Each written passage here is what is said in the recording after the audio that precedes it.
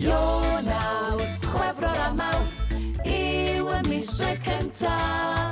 Ebrill, Mai, Mehefin, dyna sy'n dod nesa. Gorffennaf, Awst a Medi, ddaw yn fuan wedyn. Hydref, Tachwedd a Rhagfyr, sy'n gorffen y flwyddyn gron.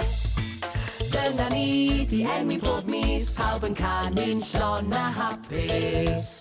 Ond tybed faint a'ch chi'n cofio beth am enwi'r misoedd eto. Ionawr, Chwefror a Mawrth yw y misoedd cynta. Ebrill, Mai, Mehefin, dyna sy'n dod nesa. Gorffennaf, Awst a Medi.